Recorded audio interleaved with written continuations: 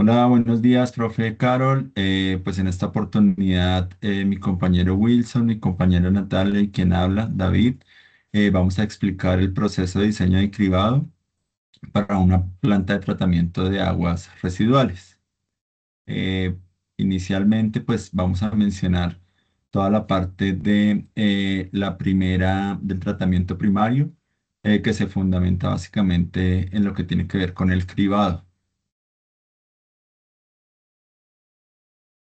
Bueno, en una planta de tratamiento de aguas residuales, el cribado básicamente es la primera unidad del tratamiento primario y tiene básicamente dos funciones o dos objetivos. La primera es, por supuesto, retener todos los sólidos gruesos para que no continúen en el sistema. Y la segunda es, a través de la retención de esos sólidos gruesos, pues digamos, evitar el daño de los sistemas o componentes que hacen parte de la planta de tratamiento.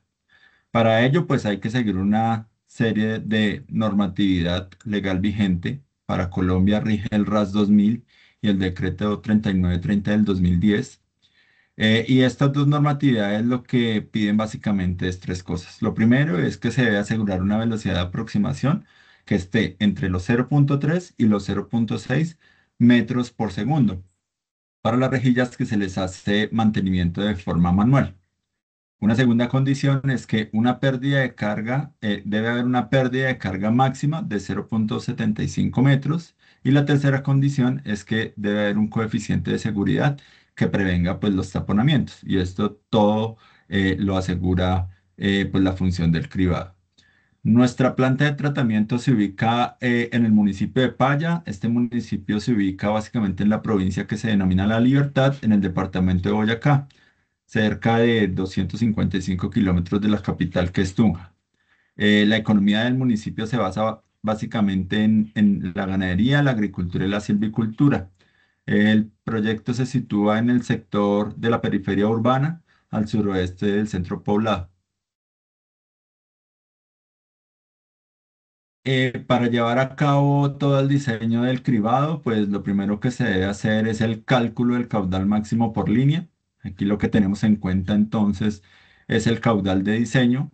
Nuestro caudal de diseño, que lo veníamos manejando desde los ejercicios anteriores, es de 16,7 litros por segundo. El calculado, como nosotros vamos a tener solo una línea de tratamiento, pues el caudal será el mismo. Convertido este a metros por segundos, pues nos da que es un caudal de 0,017 metros cúbicos por segundo. Posteriormente se debe hacer el cálculo del canal de entrada a la rejilla gruesa, que es la que nosotros vamos a emplear en el diseño. Para ello, pues nosotros vamos a utilizar concreto reforzado y lo dimensionaremos de acuerdo con el caudal máximo.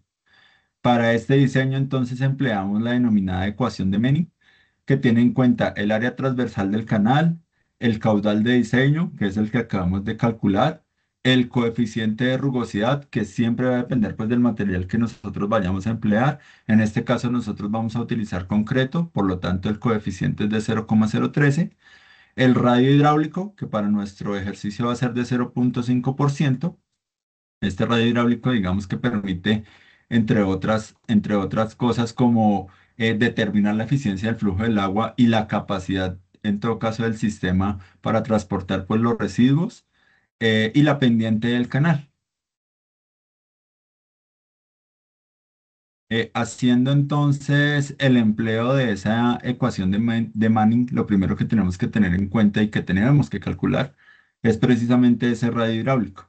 Allí vamos a tener en cuenta entonces la superficie mojada y el perímetro mojado. Esto se traduce básicamente en el ancho del canal, que pues vamos a suponer un valor de 0,5 metros, y de la altura de la lámina de agua. Entonces hacemos la relación de ellos y obtenemos el radio hidráulico. Luego procedemos a hacer el reemplazo de los datos que se proponen en la ecuación de Manning y nos da que tenemos una altura total de 5,07 centímetros. Esa sería entonces la altura de la lámina de agua propuesta.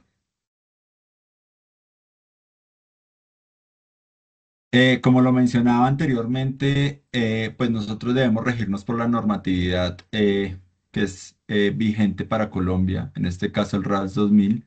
Y hay un manual que nos dice que la velocidad de aproximación al canal de limpieza, como lo vamos a hacer de forma manual, va a estar dentro de los parámetros de 0,3 metros por segundo a 0,6 metros por segundo. Para esta lámina de agua y para el ancho del canal que nosotros hemos establecido, hemos calculado esa velocidad. A nosotros nos da entonces que la relación de la velocidad, que es caudal sobre el área, nos da aproximadamente 0,00169 metros por segundo. Como la velocidad debe estar entre esos 0,3 y esos 0,6 metros, pues evidentemente vemos que no cumple. Entonces lo que hicimos fue hallar el ancho del canal nuevamente, para lo cual procedimos con la ecuación de área es igual a caudal por velocidad por la altura de la lámina de agua. Y aquí pues haciendo el recálculo nos da que esa velocidad pasa a ser ahora de 0,73 metros. Entonces se toma un promedio dentro del rango de velocidad que va a estar entonces en 0,45 metros por segundo.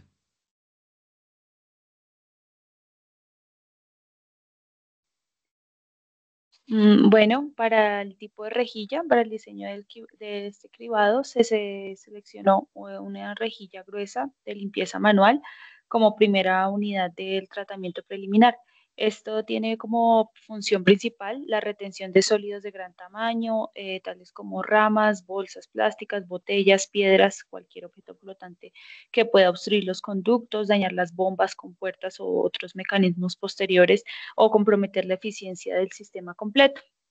Se optó por una operación manual porque esto es ideal para las zonas rurales con recursos técnicos y económicos limitados, como lo es el municipio de Paya, y se usaron bandas redondas de acero de media pulgada de diámetro, o sea, 0,012 metros, y esto ofrece una resistencia mecánica adecuada y de fácil mantenimiento. También se propuso una separación de barras de 5 centímetros, que es para rejillas gruesas, y pues en caso de que se implementen dos etapas de cribado, una rejilla mediana sería de 2,5 centímetros de separación.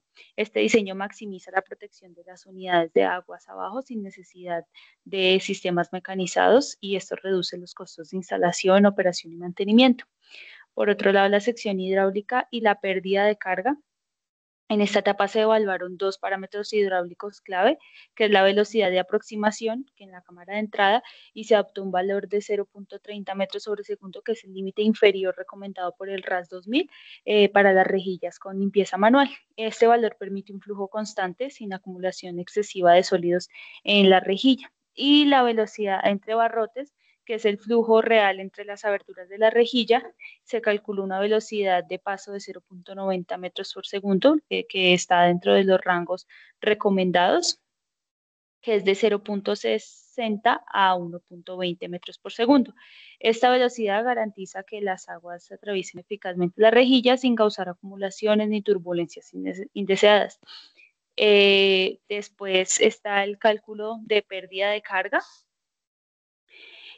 Para determinar, se empleó la fórmula general para cribas con barras redondas. Eh, bueno, incluye los tres factores, es K1, que es el coeficiente de atascamiento, que se considera un atascamiento máximo del 60%. Es el valor crítico más conservador para las rejillas sucias. Y también se hizo el cálculo con un atascamiento del 100%. El coeficiente para la sección de los barrotes es el K2 y se utilizó 0,74 que corresponde a las barras redondas según el RAS 2000. Por otro lado está el K3, que es un factor calculado según la geometría de la rejilla. Entonces, el espesor de la de barra es de 0,05 metros. La separación entre barrotes es de 0,012 metros y el diámetro de 0,012 metros también.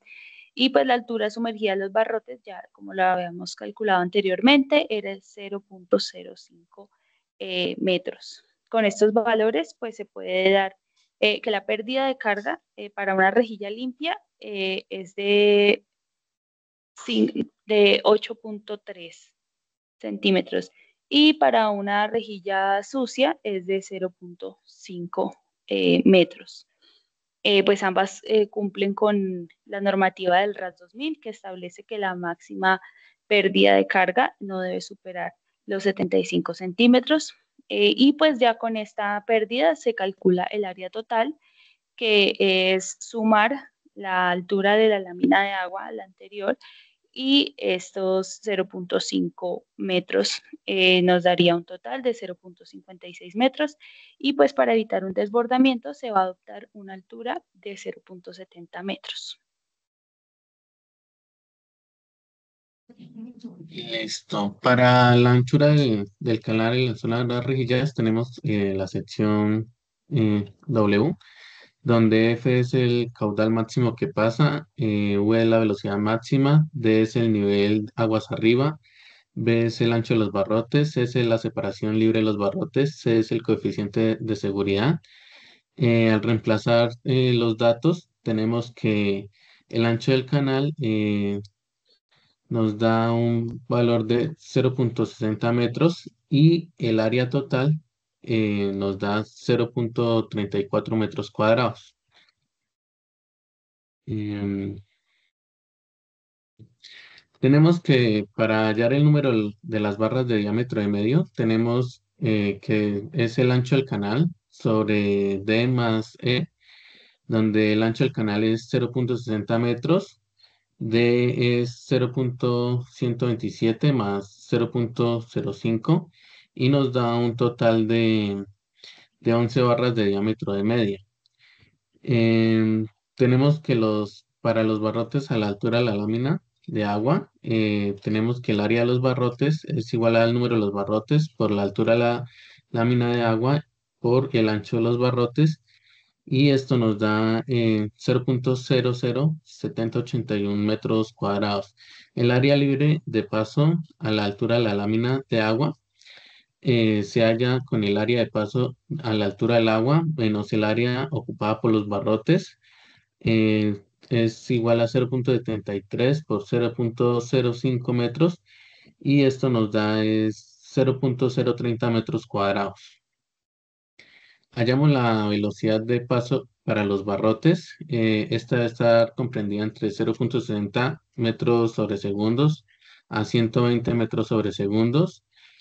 Tenemos el caudal, el área, y esta velocidad de paso nos da 0,56 metros sobre segundos.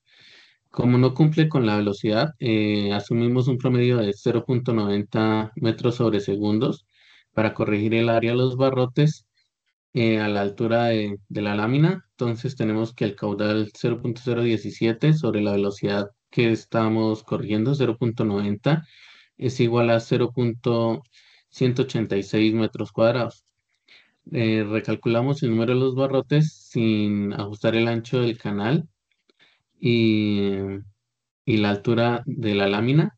Tenemos que el área ocupada de los barrotes es igual al ancho del canal por la altura de la lámina menos el área de paso y esto nos da 0,01147 metros cuadrados. Ahora calculamos el número de las barras de diámetro de media, donde tenemos el área ocupada de los barrotes sobre la altura de la lámina de agua por el ancho del barrote. Esto nos da un total de 18 barras de diámetro de media.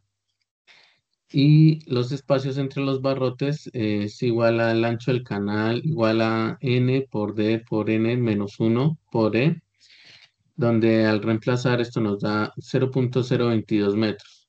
Como no cumple con la condición de la rejilla gruesa, que es de 5 centímetros, ajustamos el número de barrotes y esto nos da un total de 10 barras de media. Acá tenemos el dibujo, el esquema de donde tenemos que el ancho del canal es 0,6 metros y tenemos un total de 10 barras de media cada 5 centímetros para la rejilla gruesa. Bueno, como conclusiones, pues inicialmente como lo mencionamos durante la presentación, pues se escogió una rejilla gruesa dentro del diseño del cribado con una limpieza manual reduce costos y es además adecuada para los caudales bajos y en condiciones operativas del sector en el que se encuentra nuestra planta de tratamiento, que es específicamente en un sector rural. Este diseño efectivamente cumple con los dos objetivos principales del diseño del cribado, que es la retención de los sólidos grandes y pues la, digamos, minimización de las posibles afectaciones a lo largo del sistema por digamos, por el paso de estos sólidos grandes. El diseño cumple en todo caso con los parámetros que establecen la normatividad legal en Colombia, como lo es el REAS 2000. La velocidad de aproximación es de 0,3 metros por segundo, como lo vimos al inicio del cálculo. La velocidad entre los barrotes ajustada es de 0,90 metros por segundo. Y la pérdida de carga calculada se encuentra entre los 5,19 centímetros y los 8,3 centímetros. Esto quiere decir que los valores están dentro de los rangos permitidos por la normatividad. Bueno, además se dimensionó correctamente el canal de entrada, se realizaron pues los ajustes en el número de barrotes, los ajustes necesarios y en la lámina de agua para lograr un flujo continuo sin riesgos de...